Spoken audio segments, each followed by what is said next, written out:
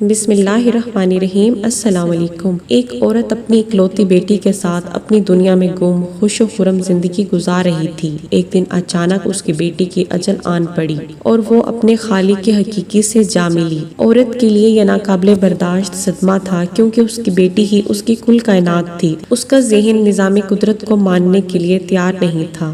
وہ روتی پیٹتی گاؤں کے دانا حکیم کے پاس گئی اور حکیم سے گویا ہوئی، حکیم صاحب کوئی ایسا نسخہ بتائیں جس سے میری بیٹی لوٹ آئے۔ میں اس کے عوض اپنی ساری جمع پونجی خرچ کرنے کو تیار ہوں۔ حکیم صاحب نے ایک نظر اس غم زدہ عورت پر ڈالی اور اس کی سنجیدگی دیکھتے ہوئے کافی سوچ وچار کے بعد بولے، ہاں ایک نسخہ ہے تو صحیح علاج کے لیے۔ ایک ایسے سرسوں کے بیج کی ضرورت ہے جو کسی ایسے گھر سے لیا گیا ہو کہ جس گھر میں کبھی کوئی غم کی پرچھائیاں نہ پڑی ہوں۔ عورت نے کہا، یہ تو کوئی مسئلہ ہی نہیں، میں ابھی جا کر ایسا سرسوں کا بیج ڈھونڈ کے لے آتی ہوں۔ عورت کے خیال میں اس کا گاؤں ہی وہ جگہ تھی جس میں لوگوں کے گھروں میں غم گزرا ہی نہیں تھا۔ بس اسی خیال کو دل میں سجائے اس نے گاؤں کے پہلے گھر کا دروازہ کھٹکھٹایا۔ اندر سے ایک جوان عورت نکلی۔ اس عورت نے اس سے پوچھا، کیا اس سے پہلے تیرے گھر نے کبھی کوئی غم دیکھا؟ جوان عورت کے چہرے پر ایک تلخی سی نمودار ہوئی۔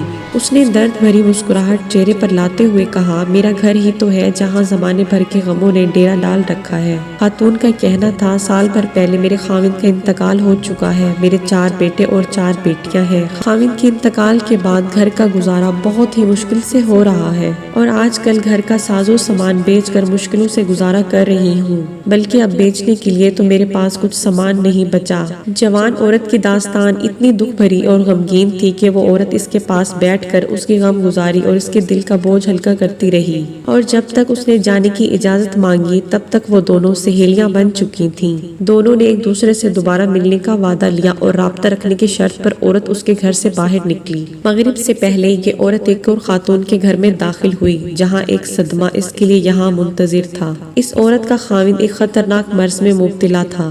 گھر پر صاحب فراش تھا، گھر میں بچوں کے لیے کھانے پینے کا سامان تک موجود نہ تھا، بچے بھوکے تھے۔ عورت بھاگ کر بازار گئی اور جیب میں جتنے پیسے تھے ان پیسوں سے کچھ دالیں، آٹا، گھی وغیرہ خرید کر گھر لائی۔ اس خاتون کے ساتھ مل کر جلدی جلدی کھانا پکوایا اور اپنے ہاتھوں سے ان بچوں کو شفقت سے کھلایا۔ کچھ دیر دل بہلانے کے بعد ان سب سے اس وعدے کے ساتھ اجازت چاہی کہ وہ کل شام کو پھر ان سے ملنے آئے گی، اور دوسرے دن بھی یہ عورت ایک گھر سے دوسرے گھر اور ایک دروازے سے دوسرے دروازے پر اس امید سے چکر لگاتی رہی کہ کہیں تو اسے ایسا گھر مل جائے جس پر غموں کی کبھی پرچھائی تک نہ پڑی ہو اور وہ وہاں سے ایک سرسوں کا بیج حاصل کر سکے، مگر ناکامی ہر جگہ اس کی منتظر تھی۔ ہر گزرتے دن کے ساتھ اس عورت کو کسی نئی دکھ بھری کہانی کا سامنا ہوتا اور یہ عورت مصائب اور غموں سے متاثر انہی لوگوں کا ایک حصہ بنتی چلی گئی اور اپنی تہیں ان سب میں خوشیاں بانٹنے کی کوشش کرتی رہی۔ وقت گزرنے کے ساتھ ساتھ یہ عورت بستی کے ہر گھر کا حصہ بنتی چلی گئی۔